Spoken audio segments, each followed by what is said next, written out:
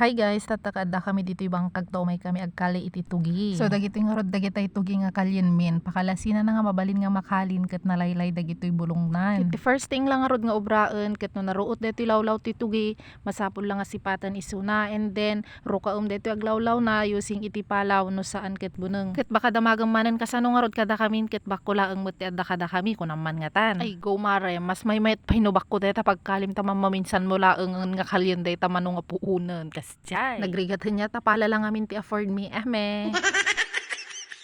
Ket numalpas mo nga rod nga rurukaon deto aglawlaw na deto itugin masapul mo nga ayawan deto assistant mo no adda iso nga inayabang mi deto assistant mi nga mapanamot pagkaton deto dagaw nga with bagas ti aban. Tapos no maikat deto dagadaganan masapul nga no pultingam kano kethan nga maikat dapat deto pamurusan na kunada kasi baka kano isut paglungsutan na. Ngam gapot agmumuryot mo deto assistant mi guantarurus latamot ngam sidaw min tulatan ano anya dagita dumani malungsutan kasi no ka iti masidsidalaeng ti adamula na dagitay dumani nga malungsot ako nada.